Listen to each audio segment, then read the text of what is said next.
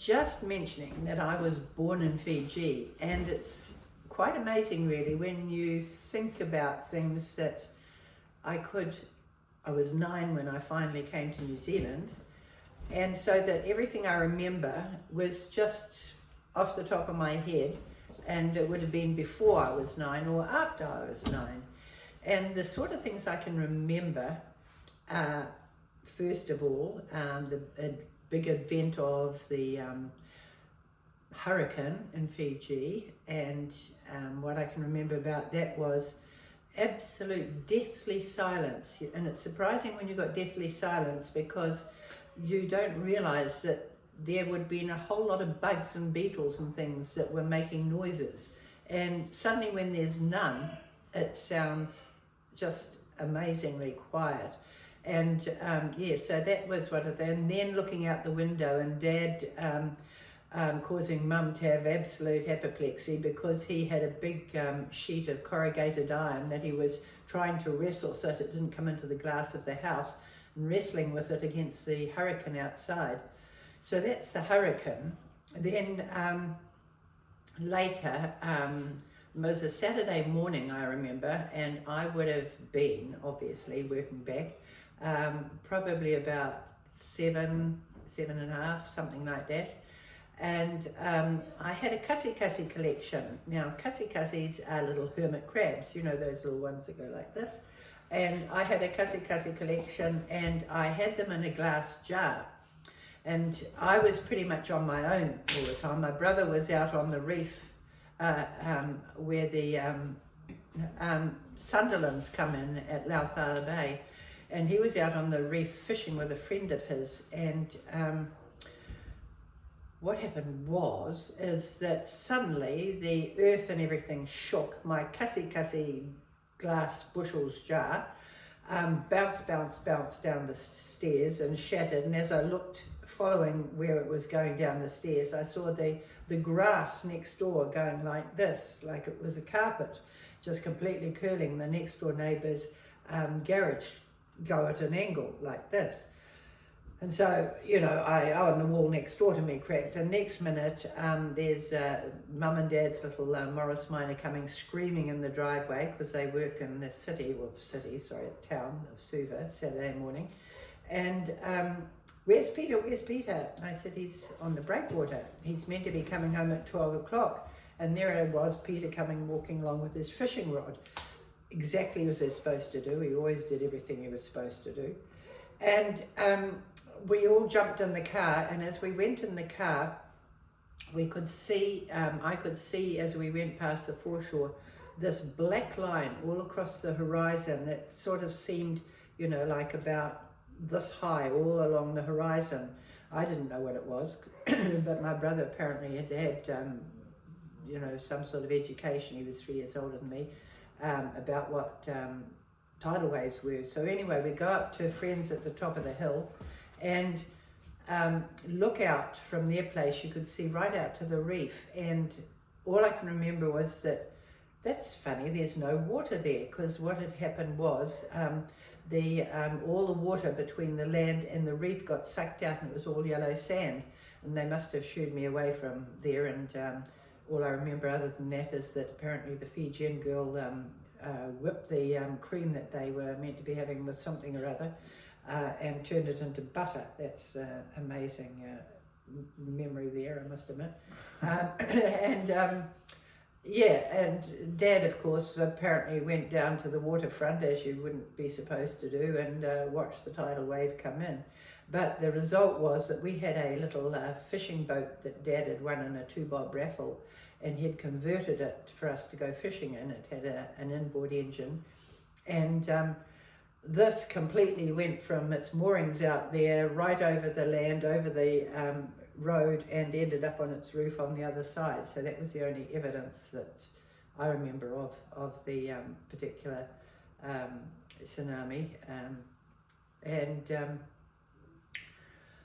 What else was there about that? Oh yes, another memory was a friend of mine took me to Fiji when I was something like 40 something, and chartered me a flight back to Fiji, and of course I hadn't been there since I had my 9th birthday on the boat and won 3 25-cent pieces, which was a lot of money then, on that game, bingo I think it is, something like that, bingo.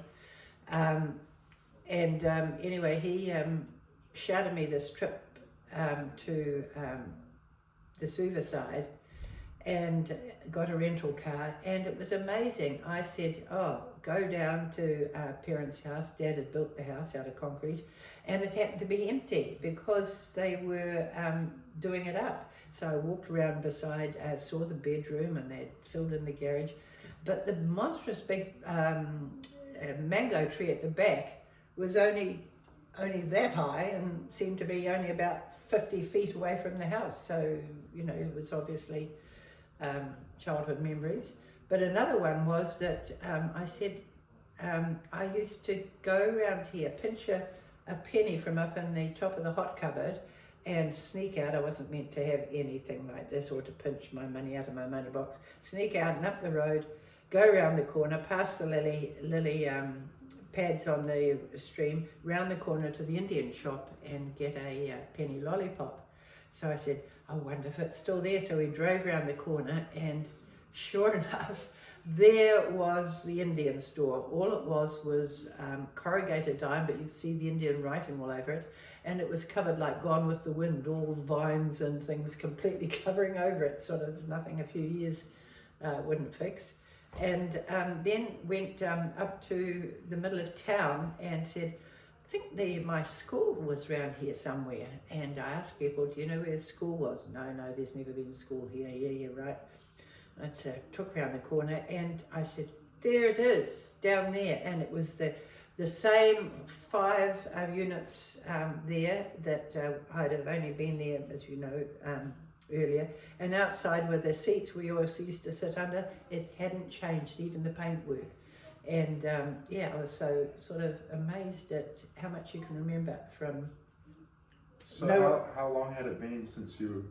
Oh, that would I was just turned 9 on the boat, so it would have been the friend actually, no, it was not 40, it was 50. Wow. Yeah, 50. And I'd never been back there, so I just remembered all those things. And there are other places, but I won't, you know, bother mentioning it. Well, they were the main ones, and particularly the little Indian store, and Mum and Dad's house. And what was special about that was the house was the same, but Mum had planted these crotons all the way along the side of the house, and they'd been cut down, but I could still see all Mum's plants all around the place. You know, that's a long time later. And to what is a croton? Oh, croton's a tropic, something that I miss from the tropics. You have coleus and croton.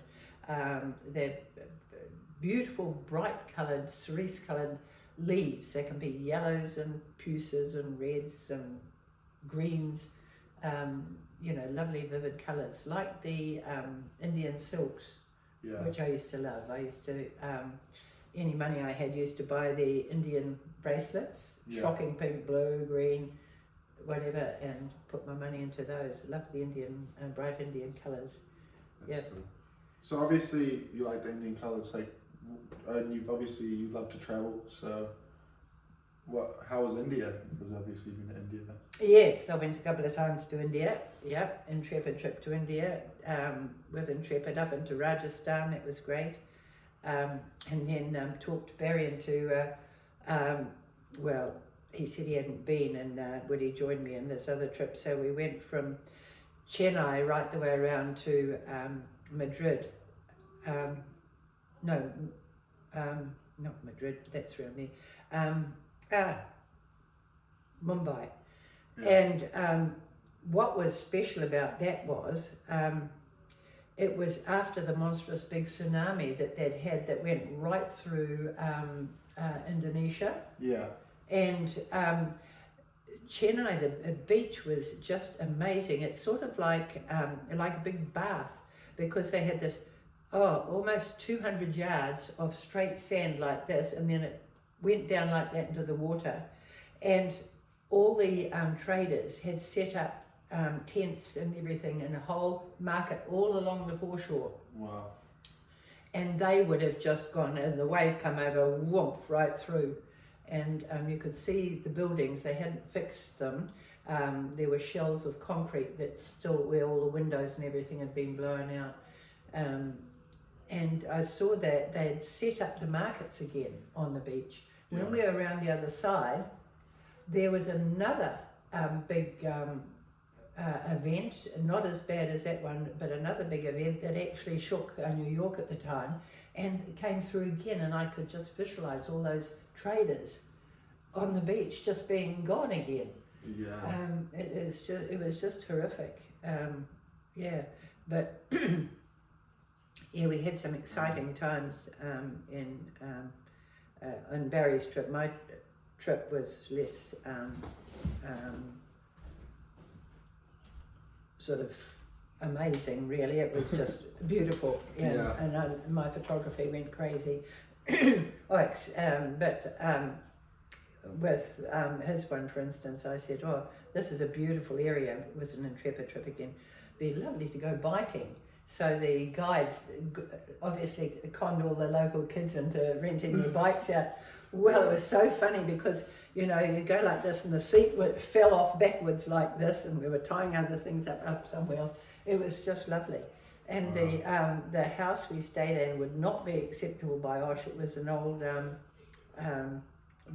can't remember the name of the place it was, but it was not on the Intrepid took us to places that were not on the beaten track, and we weren't in hotels. We were in this particular place. It was sort of an old mahogany house, a trader's house, and it had an atrium in the middle, sofas and everything in the middle, and verandas all the way out on the inside, and the railings were about 2 feet high. Oh, no. Up in the air. So you wouldn't want any drunk people falling over into the atrium. There were definitely no Osh issues there. Oh, that was like in Peru too. I went to Peru, Lima. What would that have been, about 89? And at that time there was the Shining Path were blowing places up, and we went in there and we were met by the consulate at the bottom of the aeroplane and taken to the hotel. And as we're going, I saw this most beautiful artwork. It was paintings like of Machu Picchu and so on, done with wool, coloured wool, not coloured wool, naturally dyed wool, and turned into these magnificent pictures. And I said to the guy there, "Oh, these are amazing." He said, "Would you like to meet the guy?" And I said, "Yes."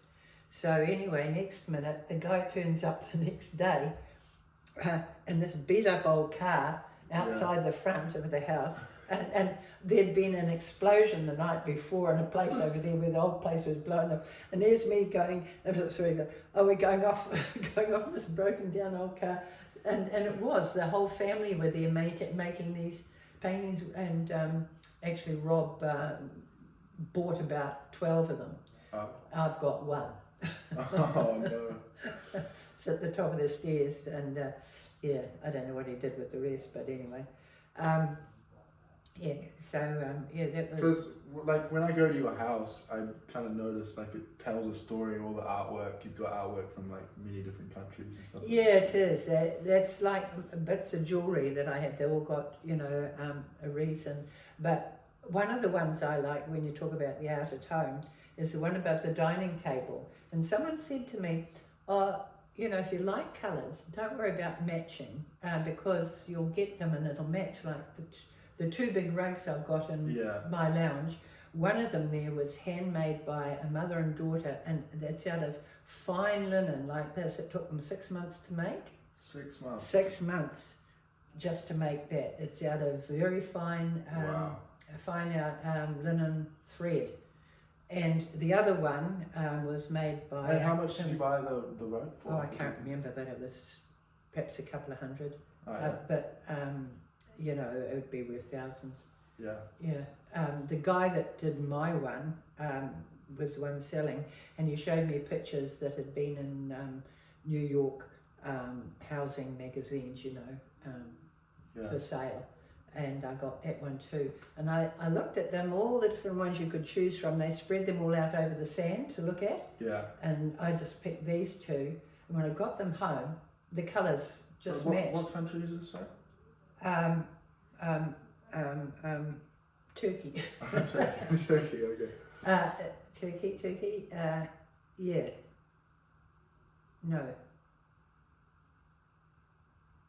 No, it was India. India, okay. India, sorry.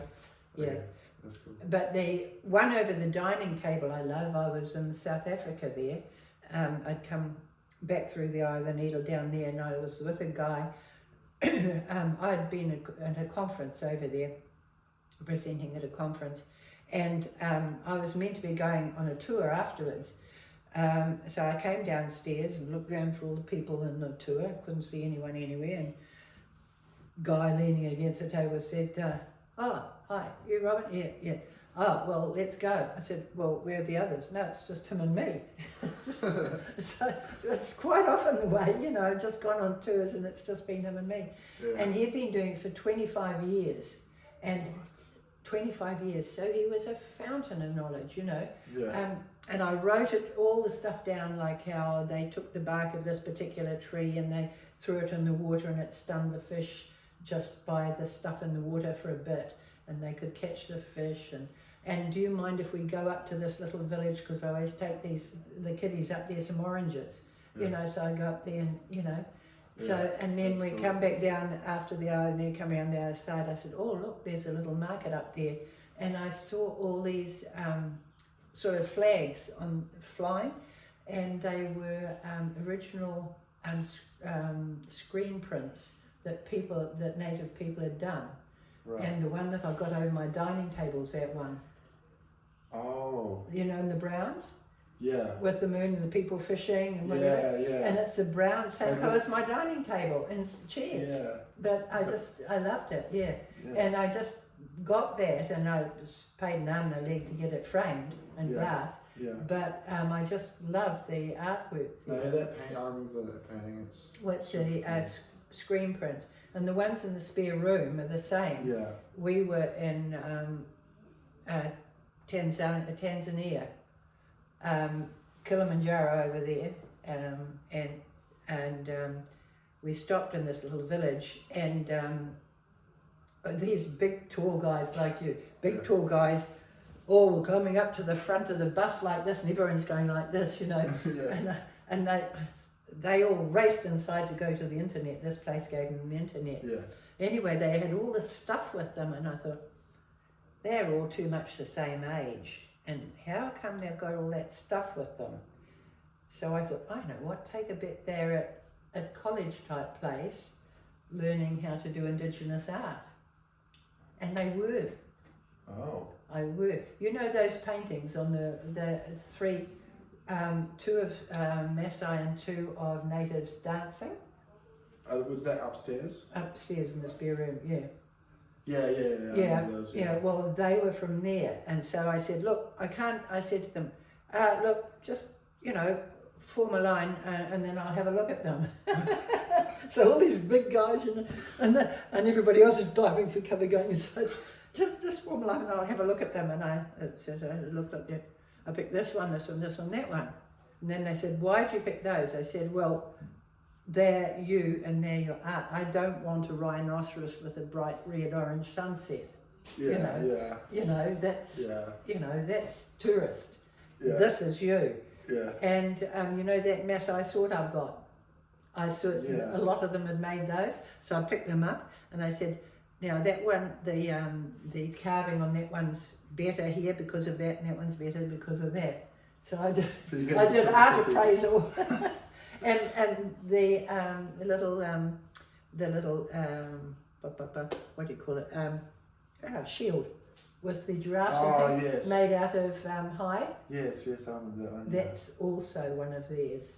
Wow. So I got the spear, that, and the pictures from there. And then I only had a backpack, 10 kg backpack. Yeah, I was going to say. And I'm carrying a spear coming back into New Zealand. and I tried to fit them in my backpack, and I saw this man over there with that glad wrappy stuff, you know. Yeah. So I I put them all together, the backpack and the spear and the this and that. I haven't got one bag, and it's still less than the right weight. Still less than 23 kgs. Well, no, it's 12 kgs. Something like 12 or 15 kg. Wow. I just travel with about a 10 kg backpack. I did it twice. I did that in Turkey too with that. Oh no, that chair, the carved out chair. Yeah. Carved out chair. Yeah, that came from there too. So that was part of the backpacking. You bring the whole I got chair them there? all. I bought the chair. You take the bit out, you put that there, and put that there, put the backpack it's like here. a little puzzle piece that you put together. Yeah, yes, that was good. Wow. So, yes, and I know what else have we got? Sports been always there. Oh, sports, I've been very good at sports recently, but when I first came to New Zealand, Yeah. we hadn't done any sport at all, no running, no jumping, no nothing. And come to class first time, and I remember looking in absolute horror. I was meant to do a forward roll, you know, very awkward, very awkward on my sports thing. Yeah. So, but yeah, the sports, as you know, has been very much things. But yeah, I suppose the water too, being close to the water.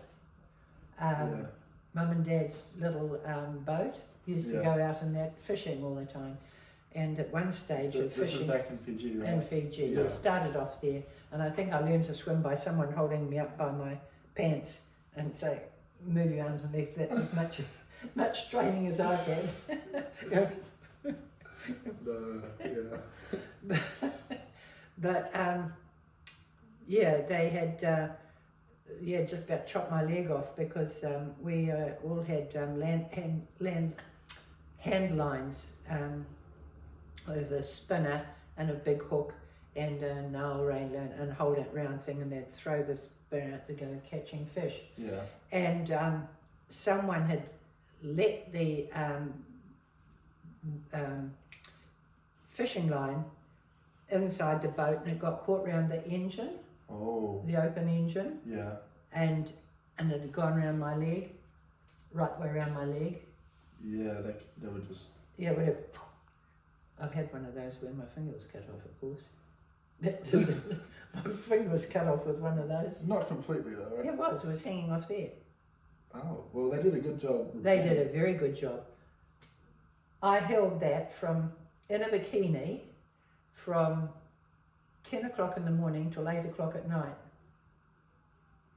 What? The nerves weren't dead or anything like that? I was just holding it like this. I said, "Barry, you're going to have to take me to the hospital." So how did that happen? How did you... Well, we're doing the same way? long line off a beach. You know, it goes out under motor, Yeah. and it goes out long line. Yeah. And then bringing it in, he put it in the wrong place. I said, "You put it in the wrong place." But it was pretty heavy for him to carry. Yeah. But he put it in the wrong place. I said, "When the tide goes out, there's going to be rocks there." Yeah. So of course, when he brought it in, the equipment was here, and he was over there, so he was pulling it like this all the time.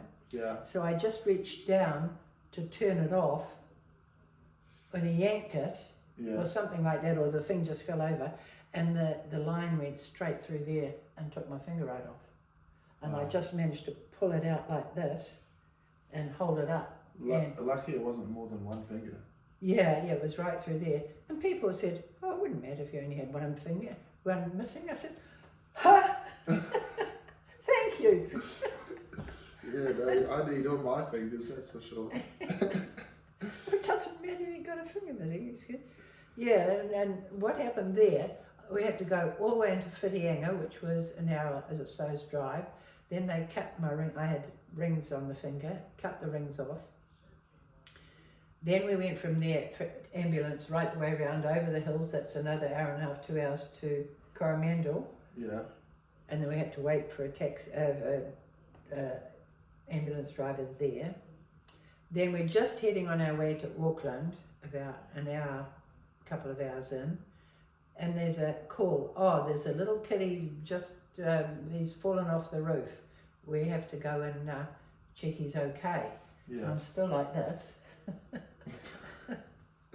in a bikini. Oh my. All day, and then we go there, and there's a fire brigade, there's a something or other, 2 fire trucks I think, and the ambulance, and all these people there, and I'm sitting, it was facing west, it was hot as hot, I'm sitting inside the car, finally with my foot I go, excuse me, do you think he's got enough people looking after him, can you take me to hospital? Yeah, yeah. So how So long? they finally took me into hospital, Yeah. and it was, I'm there sitting in my bikini in South Auckland, Oh my goodness. and I'm frozen. You know how these places all have freezing air conditioning. Yeah. I said, excuse me, can I put my hand up because I'm going like this. Excuse me, can someone get me a blanket? While your fingers dangling off. Oh gosh. No, I was holding it. Yeah, that's true. Yeah, oh dear. Anyway, so. So I guess you've also had another big injury. You got like the hip injury that's happened. Yeah. So how kind of maybe talk about how that happened and then how now it's kind of fixed now. Like I know that was a big. There was a bad time in your life. And It sure was 10 years of wasted. I did everything though, but there was some. I'll mention some of the funny parts about it. Okay. The horrible part about it was it started off. It was a beautiful, beautiful summer afternoon, Friday afternoon, and Jared had a new catamaran. Yeah. And I love the water and love sailing, and we'd been going out in that every so often. I contacted him and I said, what do you reckon about going sailing this afternoon after work? I finish at 2, I think. I finished last lecture at 2. Yeah, he was, I don't know, he must have been able to do something. So he went down to the beach, and I didn't have a life jacket, step 1. He had a couple of lines, the connections broke too. There were 3 things where we should have said we're not going. Yeah. But we went. Yeah. We went to, and the other one was, it was gusting about 29 knots. It's not good on a catamaran with a new skipper. No, for sure. So out we go, which was lovely. That was fine. Zapping out there on the catamaran. Come back, the waves were quite big, and he got his nose right into the wave, and we poleaxed. So, which is not a problem. I had a wetsuit on, and I'm used to the water, except what was a problem was all 6'7" of him flew through the air against me against the side stay. Oh. So I had this big garrote line right through my leg. It's about this deep. I don't have a lot there, but it cut right through the skin and muscle and welded right to the bone pretty well, and didn't bleed. So I had this big hole right across both legs there.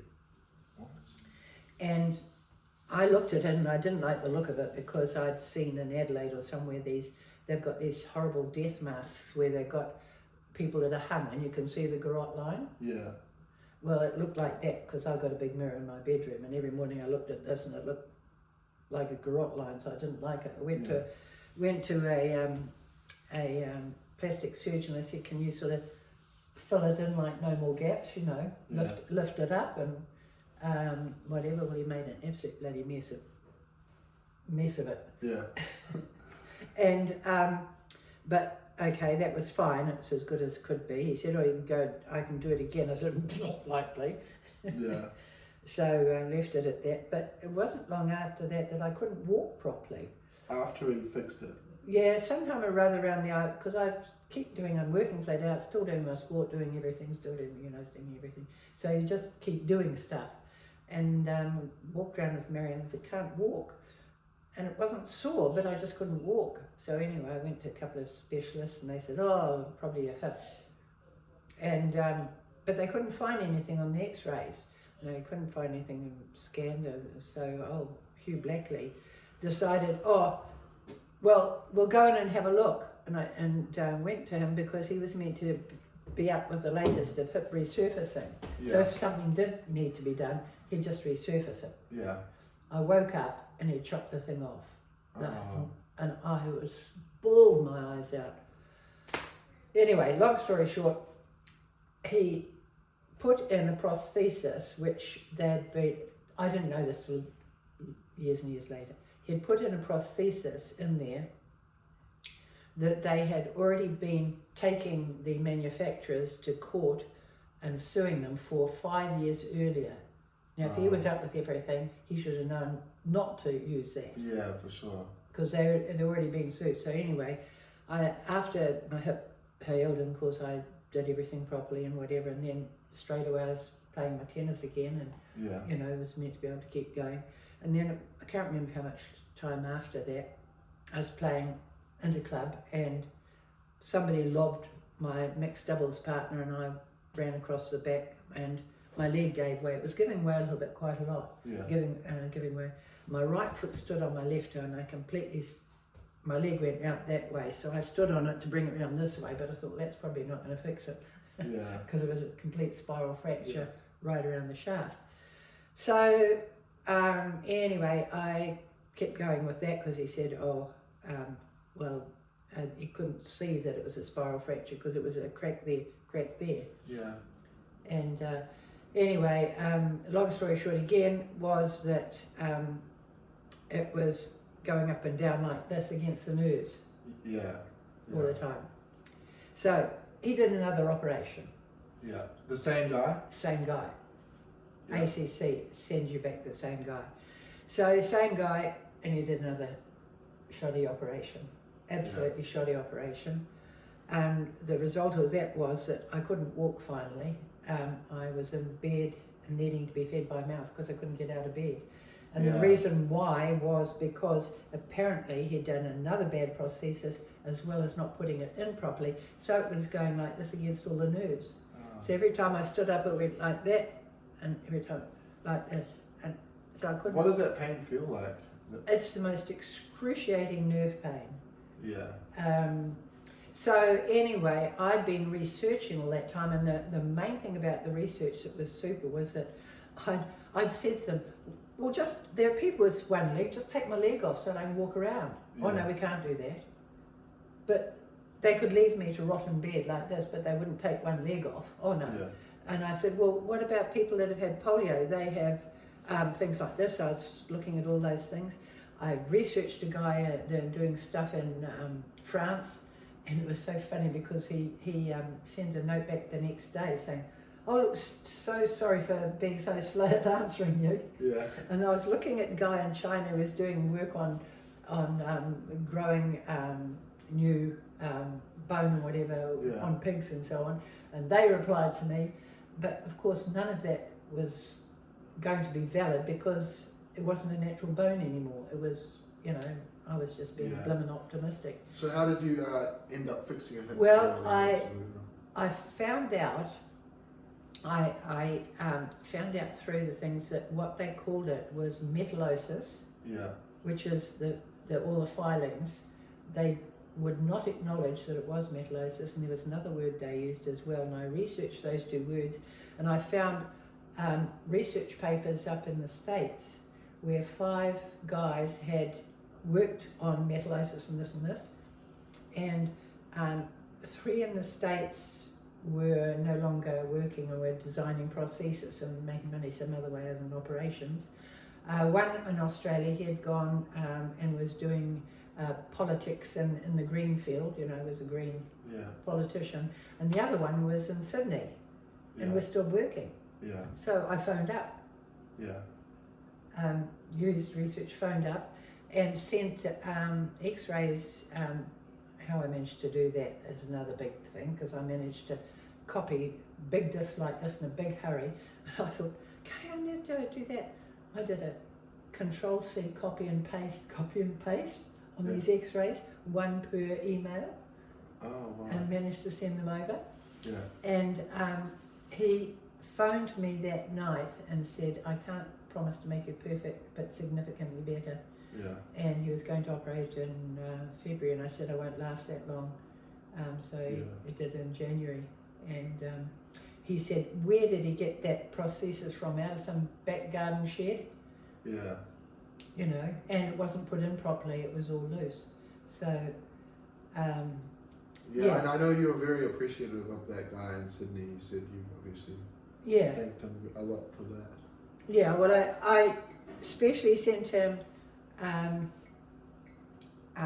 emails when I got in the New Zealand team. Yeah. Because I said... So New Zealand team for Patong. For Patong, yeah, because when I couldn't play my tennis or anything like that anymore, and when I was on 2 crutches, I actually went and started playing Patong. But 2 funny things with the crutches, those years of crutches, I still tried to do everything. I was 2 crutches and 1 leg. Yeah. Up and down my 3 lots of stairs for about 10 years, 2 crutches and 1 leg. You try it, good balance. Yeah. Another one was I used to volunteer for the Writers' Festival, and you'd show people to their seats in the big main theatre. Yeah. And I still did that. I was showing people to their seats, and no one complained. I was on 2 crutches and 1 leg, showing people how to get to their seat. Wow. And also I went sailing, and I went like this as I was walking past them. You know, I'm hiding, and I'd go down the stairs and go into the boat until such time as you couldn't jump over a gap with 2 crutches and 1 leg that was wider than about that. Yeah. So I'd go over that and I'd say, excuse me, can I put a crutch in behind you? Yeah. I'm there. So anyway, that's enough of me. Oh, we're at 36 minutes. Still have some talking. That was a long story. That one.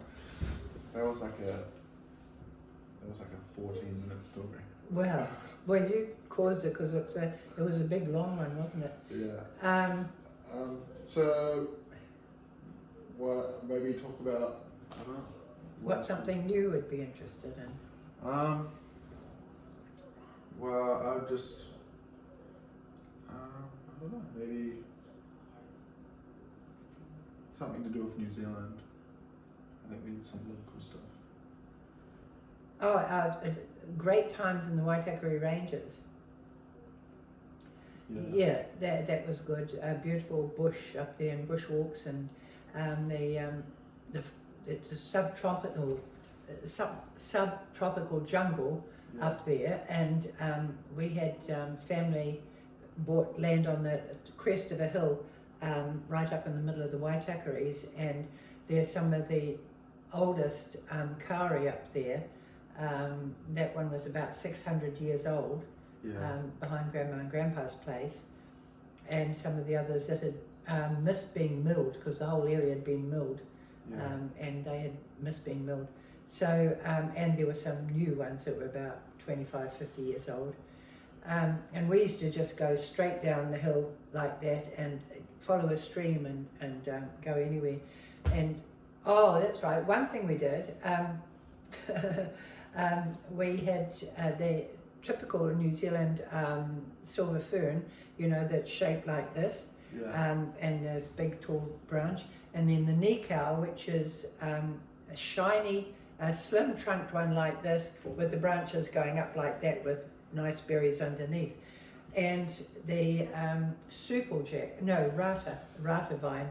Well, the rata is a plant that is parasitic on other trees and then converts them into a rata tree. It goes up and around them. So what we used to do, we'd cut the bottom bit off, and then you'd have this big, long, strong, thick pole to hold on to. So you hold on to that, and so we had the path coming down there, hold on to this, and go right out and land on top of the the panga tree, hold on to the nikau, and come back again across the valley.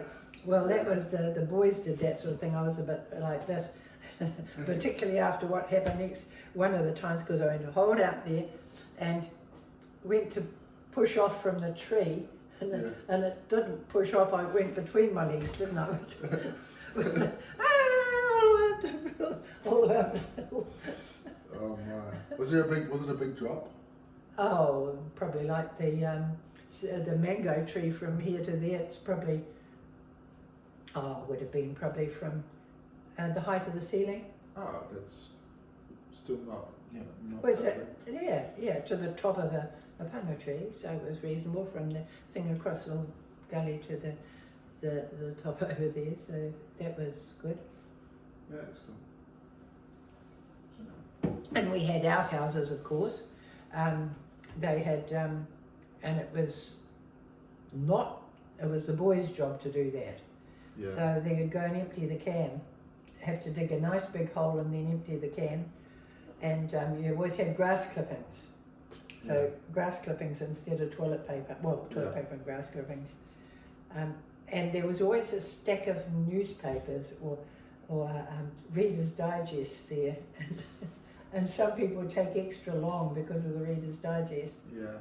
Well, this is one thing I think would be a good story is like how you got your degrees and stuff. Oh, gosh. Because obviously there was struggles as well because you had obviously my dad and stuff like that. Yeah. Well, I always liked business and being in business, and I actually thought I needed to go. I had not quite 4-year-old boys to look after by myself, and that was fine. And so, did you have any degree up to this point? No, I didn't. No,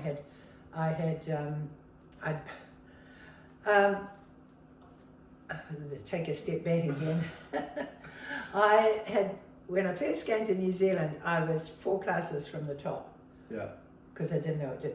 By the end of that first year, I was foundation pupil at intermediate school. I was second from the top.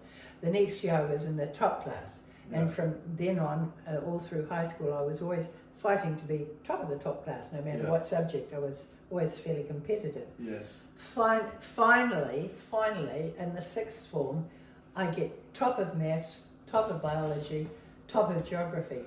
Yeah. Oh, but because the second top equal, you don't need that prize. I'm like, I worked hard for that goddamn prize. Never mind. I had to give that one to Louise, and I had just the 2. Anyway, at the end of that, I wanted to be a doctor of medicine. Yeah. But Dad said, well, they couldn't afford it, for once. Yeah. The other thing was, I was too attractive, I'd end up with a half-finished degree because I'd be married. Oh, right. Okay. So that was that. So I had to, after having done that, I had to go so that Mum could get family benefit and learn shorthand and typing and commercial subjects. Well, I mean, I'd always been in a 2-language class, and you'd been striving all the time. Commercial was right down there, 2-language, single language, commercial, and whatever, and then shorthand. So it was like, you thought you'd done well, but actually you're a real failure. You can take shorthand and typing. That's what I thought. I've always been. Anyway, so that was, part of my thing is that you don't blame your parents. They couldn't afford it. So if you want it, you do it yourself. So after you had my dad and stuff, I had to go to work, and then I had different jobs, and then it's when they hit intermediate school, I thought, I don't want them being latch kids and coming home to an empty house. Yeah. So I had to have the same holidays as them. I had to go teaching. Yeah. And I was accepted 3 times. I turned it down the first 2 times and accepted the 3rd time because I thought they probably wouldn't have me. Because to me it was like pushing myself off a cliff and telling me it was good for me. That's how I felt about it. Yeah. I didn't want to do it. Yeah. I did it well as it happened, but I didn't. It's not what I wanted to do. Yeah. I mean, I'd always wanted to be a doctor anyway, as you know. So, so I did that, and to do that, I had to start my qualifications. So I got qualifications. Started to get qualifications, and I did them all by correspondence. Yeah. Yeah. So. And you had full years at that time, And so you had assignments all jolly year, and you had a final exam. So So you had to keep it going the whole year. so what is correspondence? Correspondence means you get stuff through the mail, and they didn't have libraries, you didn't have Google, you didn't have all that sort of stuff. So you'd be lucky if you could get some books sent to you Yeah. to read, to look at. And then they'd send you your assignments, and you'd have to post them all off. And there's no feedback. You're not comparing with classmates or Yeah. anything. Law was one of the ones that I found particularly hard. I had no idea what was the right way to do something, you know. Yeah. I got past, but it was probably my lowest mark. It might have been a C+ or B or something like this. Yeah. So you did correspondence for that time, and what did you end up with? What degree did you? I did it for 13 years, Correspondence. correspondence. Wow. And then what degree? And do I you have got now? Bachelor of Business Studies, and then I did pretty well correspondence again for my Masters, because I did, half of it was a very big thesis, Yeah.